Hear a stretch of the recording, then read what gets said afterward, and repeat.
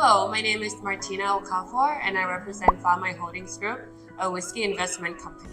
And today we're here with two bar owners. We have Dan, I'm a beverage director at Goldsmith.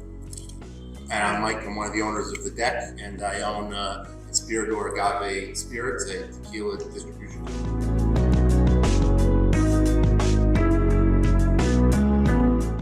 All right, so firstly, Dan, how did you get started in the whiskey industry? I got started very young, maybe 15, I'm kidding. When I got really serious about bartending, right around my 5th year bartending, I got played at a place called Beverage in San Francisco, and they had a extensive whiskey collection that we were luckily allowed to try. A lot of whiskey bars don't allow rare the whiskeys more expensive than ours, so can't really take them off the shelf. So I spent about 3 years in that company learning about whiskey, and then I started venturing out into whiskey distilleries through different companies like Much Life in America, taking different distilleries once a year. Cool. And you, Mike? I was a bourbon fan in America growing up, and then I ended up going down to Mexico and doing an internship at a distillery called Fortaleza, and originally started loving the añejos, which are tequilas that are aged in bourbon or whiskey barrels, and sort of really fell in love with the whole tequila industry. And when I moved to Thailand, realized we didn't have any good tequila here, so started my own company here to import and distribute tequila. Do you think you can walk us through the process of aging tequila in whiskey barrels? It is the same as aging whiskey. Really? Is it the same thing? Yeah, I mean, it's the same thing. The only big difference that we have is the angel share, which is the evaporation. Yeah. Because in Mexico, the climate is so hot. So normally you're losing 1.5% to 2% of the barrel every year due to the angel share evaporation. Whereas in Mexico, you're losing between 5 and 10%. Wow. Yeah, so you rarely see any extensively old or extensively aged tequilas, but we do have some here today that we can talk about. Absolutely. Do you collect whiskey bottles as well? Not anymore. Since I moved here, I packed up all my stuff. It's hard to keep whiskey in my house. I drink it all. Oh no. Back home, and Mike probably knows this too. Once you're in the industry, you're gifted a lot of bottles, and once you start building a home bar through that and buying some, you just kind of drink some of it over time. But I generally don't. I haven't collected whiskey in a while. Do you collect whiskey as well, or just tequila? Well, it's pretty much just tequila is my most extensive collection, but I do also collect vintage spirits. So I have some really old gins from the 1920s, some Camparis from the 1940s, a couple tequilas from the 30s and 40s, and I have some Glenfiddich from the 60s. Impressive. That's my oldest whiskey. How do you both know each other? Mutual friends. Mutual friends, actually, yeah. A mutual friend, her name is Christina, and she worked with Fortaleza Distillery. She's from my hometown, from California, and yeah, it was just random as hell.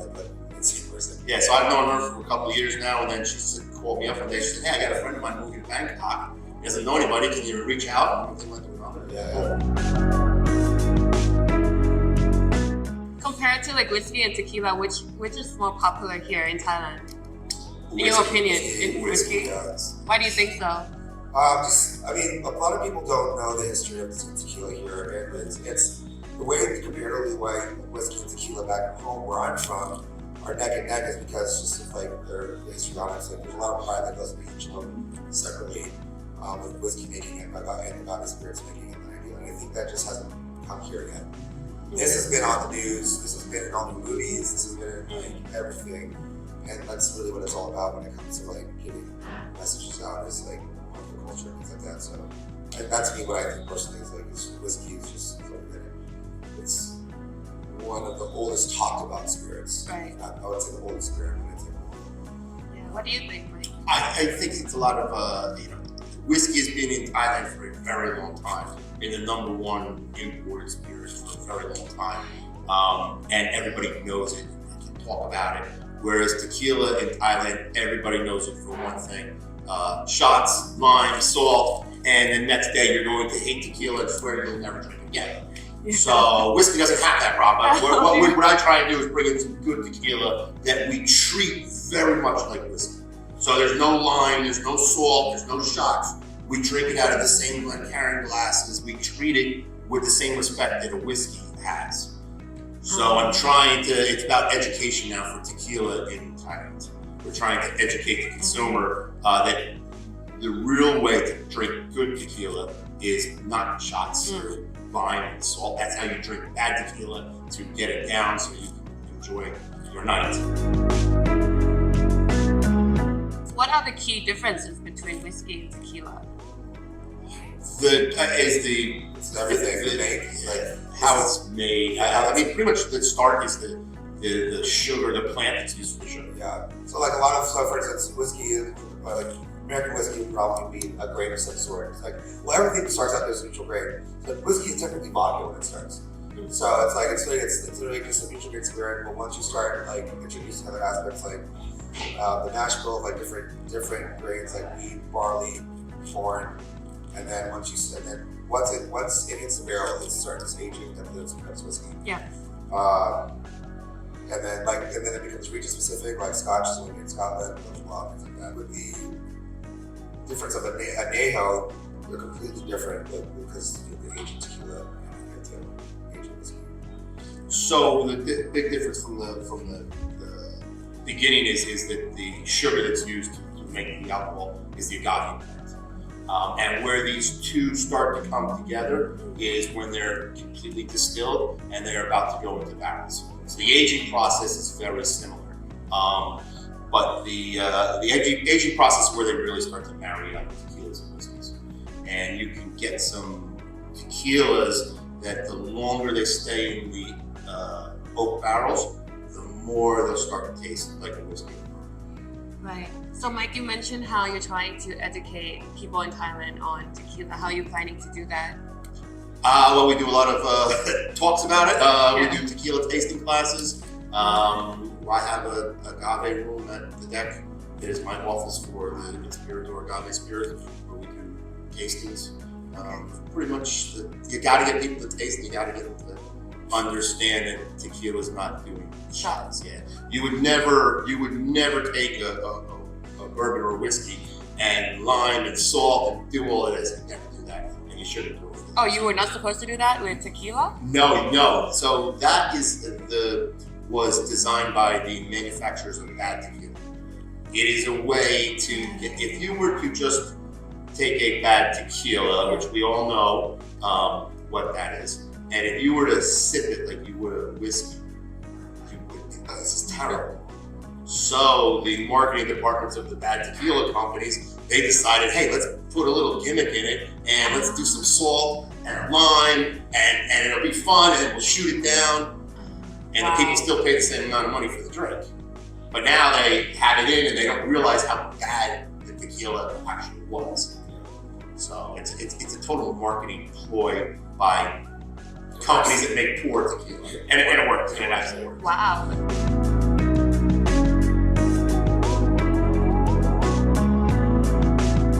You have a bar. This is your bar, correct? Yeah, sure here, yeah. Are you planning to open more bars?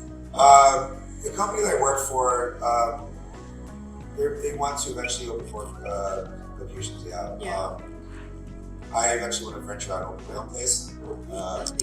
But that's in the future. And it will be a whiskey bar. A whiskey and bar. That's interesting. Yeah. And you, Mike? Yeah, so we have the deck restaurant that's been open about a year. We have a pretty decent selection of bourbons and whiskeys. We have an extensive selection of tequilas. We are always looking for other opportunities. It's just tough in Thailand and Bangkok especially because there's a massive amount of competition. So you really need to find that niche market and do something that most people are not doing. So it's always looking for opportunities. Sounds good. How do you keep up with the trends and the innovations in the whiskey industry? with whiskey, whiskey's a weird one. Back home, we have what we call a secondary market. It's generally for private collectors, and sometimes they rub shoulders with bar owners and bar people as well. And you'll generally start seeing a spike in demand for like certain things like I don't know, things that are like blended scotches like Compass Box. Like they have a wide range of like they have like a wide range from low to mid to high range of like whiskeys. And then generally when you see a distributor up the price of something, that's usually when you know. It's fairly easy with whiskey. It's fairly easy when a certain brand or a certain style of whiskey is gonna jump off. Like Taiwanese whiskey did that, like about 5 years ago when we have one really hit up because it was something new that wasn't Japanese, but it wasn't quite, whiskey. It wasn't quite, it was its own thing. So that lasted for a minute as well. So it just. Cool. And you, Mike? How do you keep up? I go to Mexico 3 times a year, and I go for a month at a time. So I'm constantly actually down there, visiting the distilleries, tasting, hearing what they've got planned for the next 6 months, next year. And then I'm going to a couple of private Facebook groups involved with tequila, and then a lot of just networking. Do you have like and read books. Books? Do you have any memorable experiences while visiting distilleries in Mexico? My first time there, I actually did an internship at Fort Lazy Distillery. Wow. Yeah, so I worked with them for about 2.5 weeks, doing every aspect of making tequila from out in the field, cutting the agaves, to the final week there, literally putting labels on bottles. Wow. Yeah, so that was my most memorable. And, like I said, I'll be there for the whole month of October. I was just there the whole month of June. Lovely. Every time I find something new and interesting. Do you have any memorable experiences visiting? This camp I go to every year. We visit a few distilleries throughout a week, and Maker's Mark is one of my favorites. It's a beautiful campus. You need to bottle your own whiskey and hand dip because it's a hand dipped bottle. You have to do that. One of my favorite parts about the distilleries is going to distilleries and getting distillery only bottles. So these are bottles that you can only get when you go to the distillery. And they're not cheap. And I used to work for a buddy of mine. She would like hand me a credit card information. She's like, listen, bring these back. That should be legal because we're gonna sell them at the bar later, as shots or pours or whatever. But just bring back all this stuff.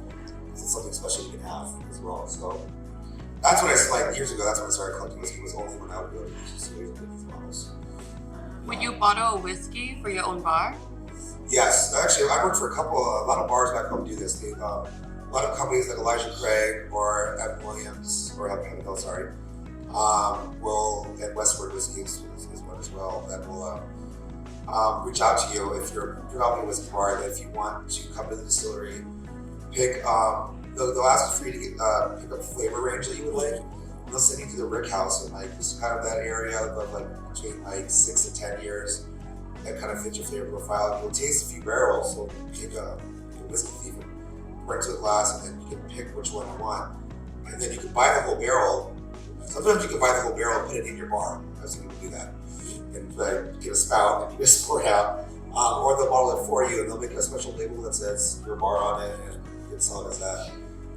And it's a great way to market your taste as a bar, like what you're all about with whiskey, everyone's favorite profile of whiskey is different, so having your own bottle can definitely tell people about how it is. Yeah. What would your flavor profile be?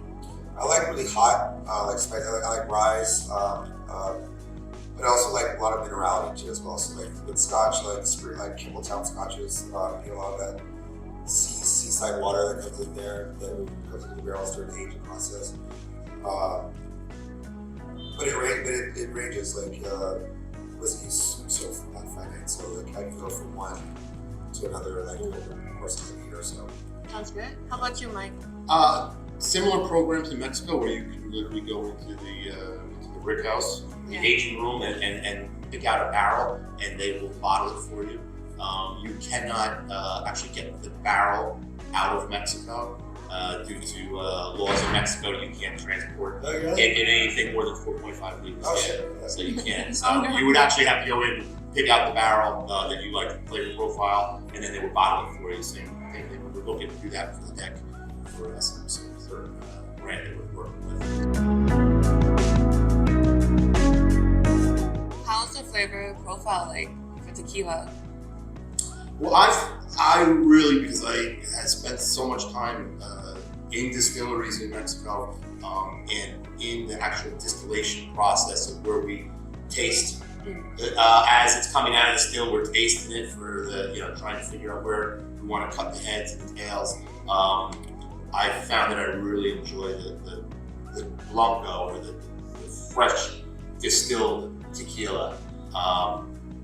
So I like an añejo that has that agave flavor in it still. Sometimes when you get it sits in the barrel too long, it starts to lose the agave flavor and starts to take on much more of the bourbon flavor from previous bourbon that was in there or whiskey that was in the barrel, and then from the oak, the flavors that you get out of the oak, the vanilla, chocolate, and coffee, and on the toast. That starts to really get into the spirit, and then it sort of starts to turn into a bourbon, or a whiskey to a certain degree. It's not bad either. But No, it's not bad. But It's not the tequila that I'm used to. But with that being said, one of the reasons you're seeing a big trend in tequila right now is that it is a very easy way to convert bourbon and whiskey drinkers into tequila drinkers. So we could very easily go from these into these without too much disruption in your taste buds and your nose. Not too much of a disruption. So what I like to do is when I talk to a person before, ask them, what do you like? Like, I love whiskey, I love bourbon. Oh, let's start at an añejo and then let's work our way all the way down to a Blanco. And if somebody comes in, I like gin, I really like crisp rum or vodka, we're going to start at a Blanco and then let's work our way up to an añejo. That's all I do with whiskey too. Like also, like you don't start with highly scotch. Yeah. Like you will burst your palate. Right, because it's strong? It's like all you'll taste is smoke and peat and all that stuff. Same thing with like what you want to do with like. So how long is the aging process for tequila? Like what is the minimum? The minimum is called a reposado, and that is rested. So that's 2 months to 12 months in a oak barrel. It's usually bourbon, as in America you can only use a bourbon barrel once and then you have to get rid of it. So let's send it down to Mexico Or Scotland. Yeah. So we go down to Mexico because they can drive it down there. And then that would be called a reposado, which means rested. And I have a very light color to it, almost a yellow, and a very light hint of oak, light hint of vanilla in it. The next step would be añejo, and that's anywhere from 12 months to 36 months. Anything past 36 months is an extra añejo. So you can see, like with some of these bottles, the color differences that you're getting. So this was 4 years in a oak barrel, and then this is 5 years with a blend. So it's 5 years in a Scotch, 5 years in a sherry, and 5 years in a whiskey barrel, and they blend them all together. So even though there's only 1 year difference in age, and they're both aged in the same area, you can see a big difference in the color, and obviously in the flavor also there's going to be a big difference, and that's due to the different types of barrels that they're using. Oh, lovely. So it has to be an oak barrel, but it doesn't have to be a bourbon barrel, it doesn't have to be a whiskey barrel. But I would say the majority of your añejos and your reposados are, because there's an abundance of them. So what are your customers' favorite tequila? Like #1 bestseller. At my bar? Yeah, at your bar. Cascawin.